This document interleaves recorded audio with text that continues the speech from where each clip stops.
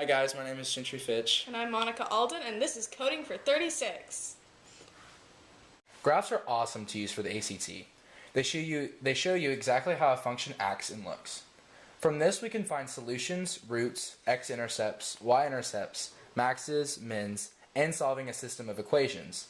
The ACT will mainly ask for solutions, roots, x-intercepts, and x-intercepts of a function, which are all the same thing, mind you. These results from factoring functions.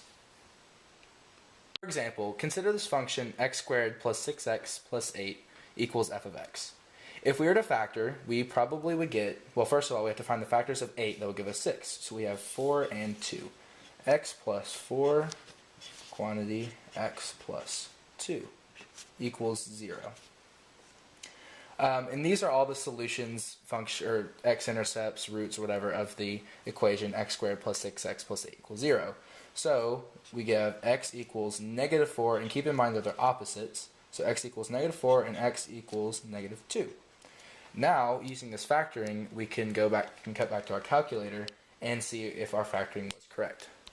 Okay, so now we're going to graph x squared plus 6x plus 8. So to do this, we're just going to go y equals and put it in the y1 function. So we have x squared plus 6x plus 8. And just go to graph, and it's going to graph it. Pretty obviously, we can see that the zeros are negative 4 and 2, but just to double check, we're going to do second trace, this button trace right here, enter, and then go to 0, 2.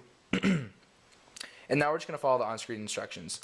So we have left bound of this first value, left bound, so enter, and you have a right bound of this value, so enter from here, and enter again. And we see that one of our zeros for sure is x equals negative 4. Let's check the second one. So go back to second trace rather, 2 for 0, and do the left bound of this 0 here, which is going to be close to this, and then do the right bound of this 0, enter, enter, and we have negative 2. So knowing this, it basically proves that our factoring was correct in that it gives us the zeros.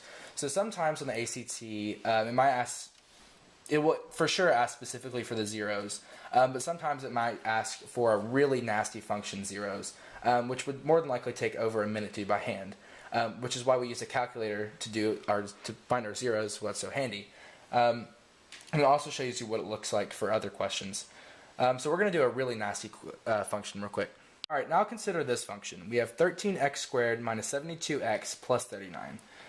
Many of you may know the slide and divide, I guess, method of factoring, or you can do complete the square. But that, again, we are on a time test, so we have to get done with things as fast as possible. So if the ACT gives you this function and it wants you to find the zeros, solutions, roots, x-intercepts, whatever, we are going to graph that. And so to graph that, we're going to cut to the calculator. Okay, so we have the function 13x squared minus 72x plus 39. And again, like I said before, it is going to be very difficult to factor.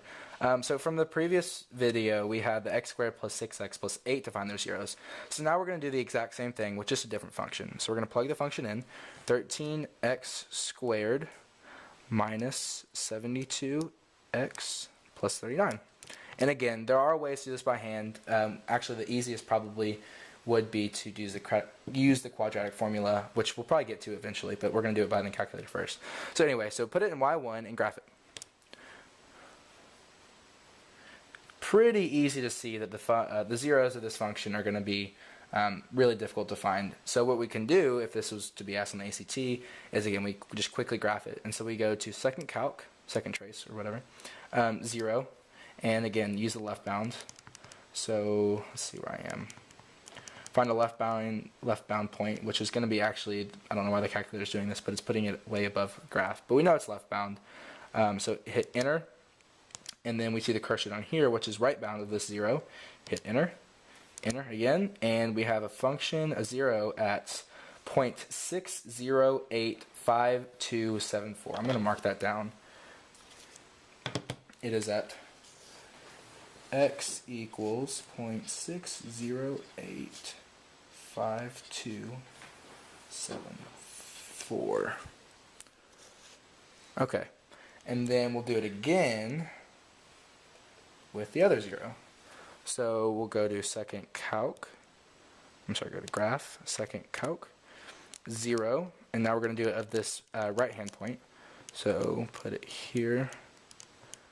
This is left bound of that right-hand point, enter. Left bound of this right-hand point, enter. Enter again, and we have 4.9299341. Alright, so these are for sure our x-intercepts because the calculator gave it to us. So long that we put it in correctly, they will be correct. But let's go back and check with the quadratic formula. So we're back with this function, 13x squared minus 72x plus 39 equals 0. And through the graph, we found that one of the zeros is 0.6085274, and the other is 4.9295341.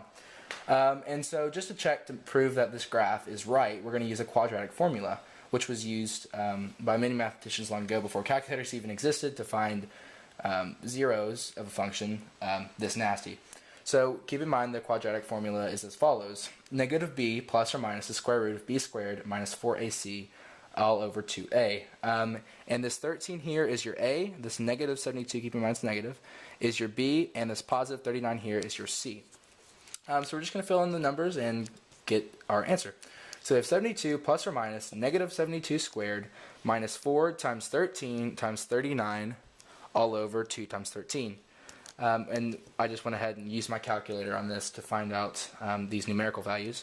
So we have 72 plus or minus the square root of 3,156 all over 26. And so to split it up into plus and the minus for our two x's, we have 72 plus the square root of 3156 all over 26 is one of them, and 72 minus the square root of 3156 all over 26 is the other.